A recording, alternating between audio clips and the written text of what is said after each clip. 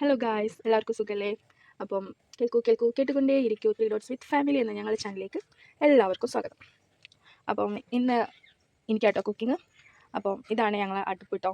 പുറത്ത് ചെറിയൊരു വിറകുര പോലെ ഞങ്ങൾ ഉണ്ടാക്കി കണ്ടിട്ടുള്ള ഒരു ചെറിയൊരു വിറകുര. അപ്പോൾ അവിടെയുള്ള അടുപ്പ് ഇതാട്ടോ.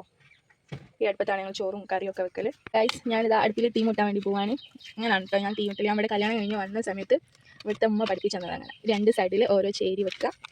എന്നിട്ട് അതിൻ്റെ നടുവിലായിട്ട് ഓലക്കണ്ണി, ഓലട്ടോ ചൂട്ട് എന്ന് അവിടെ പറയും. ഞങ്ങൾ എൻ്റെ വീട്ടിലേക്ക് ഓലക്കണ്ണി എന്നാ പറയുക. സാധനം ഇതാണ് കേട്ടോ. ഇതിനാണ് ഇവിടെ ചൂട്ട് എന്ന് പറയുന്നത്. ഇത് കത്തിക്കുക. മഴക്കായിട്ട് ഇങ്ങനെ നനഞ്ഞ് കുതിർന്ന് പോയി ഒറ്റ തീ പറ്റുള്ളൂ. കത്തിക്കിട്ടായിരിക്കും ഓലക്കണ്ണി വേണം കത്തിക്കുക. അല്ലെങ്കിൽ പിന്നെ ഗ്യാസിൻ്റെ മുളക് പോകേണ്ടി വരും. അപ്പോൾ ബിസ്മീ പറഞ്ഞിട്ട് തീപ്പെട്ടി എടുത്തട്ടെ. കത്തി പക്ഷോണീ കത്തി പിടിക്കണേ. ഓക്കെ, ഇങ്ങനെ കേട്ടോ ഞങ്ങളിവിടെ തീ മൂട്ടൽ. തീ കൂട്ടാമെന്നും തീ മൂട്ടാമെന്നൊക്കെ അവിടെ പറയൽ. മഴക്കാലം തുടങ്ങുന്നതിൻ്റെ 2 മാസം മുന്നേ വെച്ച് ഇവിടെ തുടങ്ങും എല്ലാ വീട്ടിലും വിറക് ശേഖരിക്കൽ കേട്ടോ. എല്ലാവരും അതുപോലെ ഫുള്ളായിരിക്കും. ഇവിടെ വിറകില്ലാത്ത വീടുണ്ടാവില്ല. നീ ഇത് കത്തിക്കിട്ട്. അപ്പോൾ ഗൈസ്, ഞാൻ ഗ്യാസ് കൂടി കത്തിക്കാൻ ഒരു തീപ്പട്ടി വീണുണ്ട്. അപ്പോൾ അത് നിർത്തി കത്തിക്കാൻ വേറെ കത്തി പിടിച്ചത്. ഞാൻ തീ മുട്ടുമ്പോൾ എന്തായിരിക്കാം, ഞാൻ ഡോക്ടറാണ്, ഞാൻ ജീവൻ രക്ഷിക്കുകയാണ്. അപ്പോൾ ജീവൻ ഇങ്ങനെ രക്ഷപ്പെട്ട് വരാനുള്ള രീതിക്കാട്ടോ തീ മൂട്ടൽ. പഠിത്തത്തിൽ വളരെ പ്രകടം. എനിക്ക് ഡോക്ടറൊന്നും ആകാൻ പറ്റില്ല. ഡോക്ടറായി ഞാൻ. അപ്പോൾ നമ്മൾ തീ കത്തി പിടിച്ചിട്ടുണ്ട്. ഇനി ഇതൊന്ന് അടുപ്പിലേക്ക് വെച്ച് കൊടുക്കട്ടെ. ഇതിപ്പോൾ ഞാൻ എൻ്റെ ബെഡിൽ കിടക്കുന്ന രോഗിക്ക് ഓക്സിജൻ കൊടുക്കാട്ടോ. ശരിക്ക് തീ കത്തിച്ച് കൊടുക്കാൻ. ഇത് പോകട്ട് ചേർന്ന് ഓടിക്കാനറിയാം. ഇത് കത്തി കിട്ടണ്ടേ?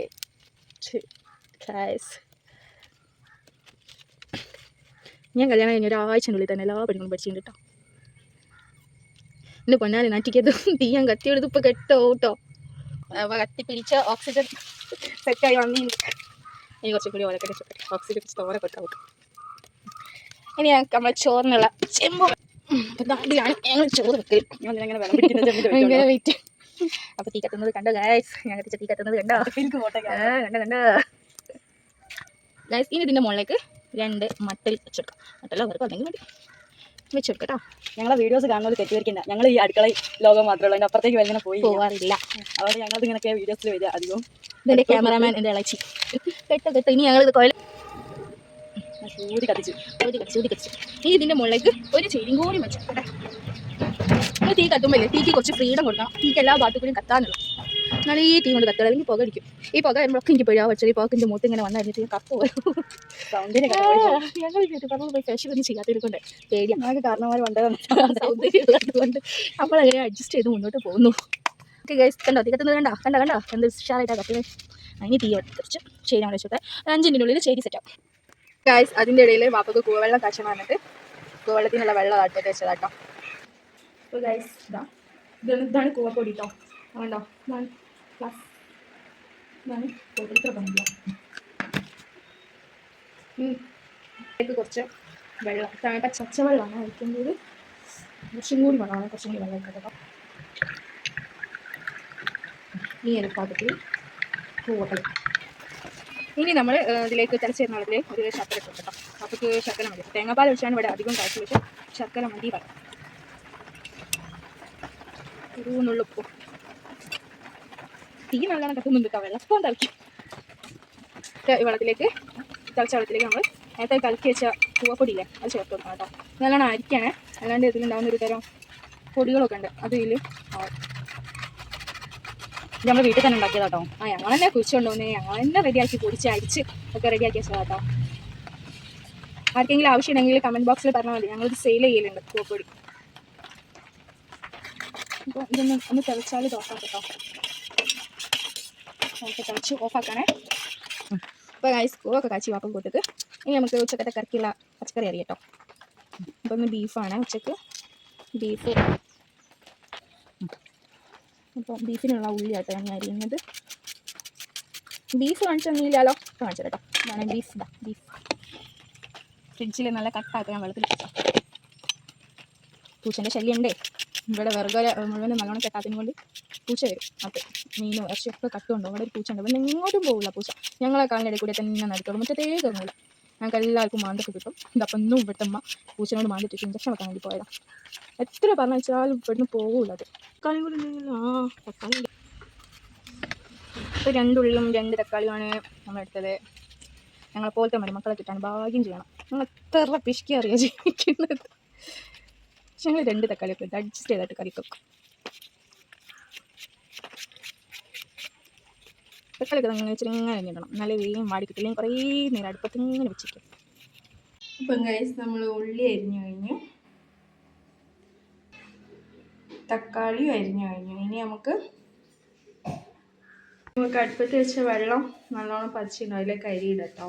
ഇതാണ് നമ്മൾ അരി ഇളക്കൽ കേട്ടോ. ഇതിന് ഇവിടെ പറയുന്നത് നായി കേട്ടോ. നായി ഇവിടെ വന്ന സമയത്തൊക്കെ എനിക്ക് ഭയങ്കര ചെയ്യുന്നത് നായി എന്നൊക്കെ പറയുന്നത്. എൻ്റെ വീട്ടിലേക്ക് അരിസേർ എന്നതിന് പറയും. എൻ്റെ കണക്ക് പൊളിക്കലില്ലായിട്ടുണ്ട് കേട്ടോ. അമ്മ 2 നായി 3 നായി എന്നൊക്കെ പറയും. പക്ഷേ എത്ര കിലോ 6 കിലോ അങ്ങനത്തെ ഒന്നും എനിക്കറിയില്ല കേട്ടോ. അധികം റേഷനരി ആട്ടോ ഇവിടെ, എല്ലാ ദിവസവും റേഷനരിയാണ്. പക്ഷേ റേഷനരി തീർന്നു. അതുകൊണ്ട് അരികളുടെ അരിക്കാൽ ഇവിടെ ആർക്കും പോകില്ല കേട്ടോ. റേഷനരി ആണ് എല്ലാവർക്കും ഇഷ്ടം. മാത്രമല്ല റേഷനരി തീർന്ന് ഞങ്ങൾക്ക് ഓർമ്മയില്ല. ഇനിയിപ്പോൾ ഒരു കുറേ നേരം ബാക്ക് അടിക്കണം. 2 നായി എടുത്തിട്ടോ.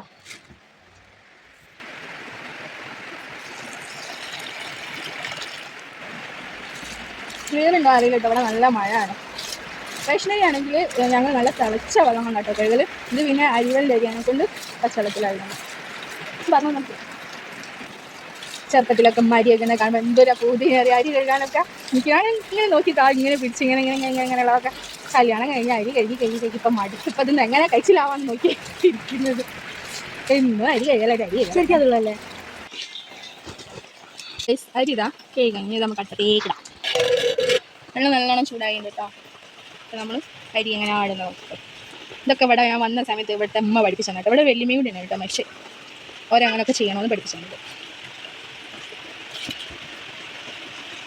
ഇങ്ങനെ ഇടുമ്പോൾ അരിയിൽ എന്തെങ്കിലും കല്ലോ ഒക്കെ ഉണ്ടെങ്കിൽ പോകുന്നു പറഞ്ഞിട്ട് അങ്ങനെ ചിരിപ്പിച്ചേട്ടോ.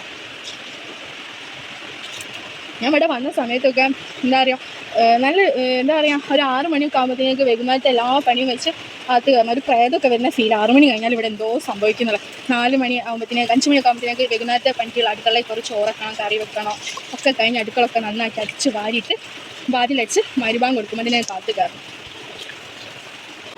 അരി ഇട്ട് കഴിഞ്ഞാൽ ഇതത് കയ്യിലെടുത്തിട്ട് ഇങ്ങനെ ഇളക്കി കൊടുക്കണം. ഞാൻ നല്ല മരുവാളട്ടെ. ഞാൻ അന്ന് എന്താണോ പഠിച്ചത് അതേ എന്നെ എപ്പോഴും ബേസ് ചെയ്ത് കൊണ്ട് വരാം. ഞാൻ അങ്ങനെ ചെയ്യും. അന്ന് എങ്ങനെയാണോ പഠിപ്പിച്ചത് അതേപോലെ തന്നെ ചെയ്യുള്ളൂ. ഇപ്പോൾ വെള്ളം കൂടുതലായിട്ടോ ചോറിൽ. അപ്പോൾ കുറച്ച് വെള്ളം മുക്കിക്കട്ടെ. വെള്ളം കുറയുന്നതിനനുസരിച്ച് വെച്ചത്. അപ്പം ഗായ്സ് നമ്മൾ ഈ വീഡിയോ ഇവിടെ സ്റ്റോപ്പ് ചെയ്യുകയാണ്. അപ്പോൾ ഇതിൻ്റെ സെക്കൻഡ് പാർട്ട് ഉണ്ടായിരിക്കുന്നതാണ്. അപ്പോൾ നിങ്ങളെല്ലാവരും സെക്കൻഡ് പാർട്ട് കാണുക, ഞങ്ങളെ സപ്പോർട്ട് ചെയ്യുക, ലൈക്ക് ചെയ്യുക, ഷെയർ ചെയ്യുക, കമൻറ്റ് ചെയ്യുക. അപ്പോൾ നമുക്ക് അടുത്ത വീഡിയോയിൽ കാണാം. Bye bye.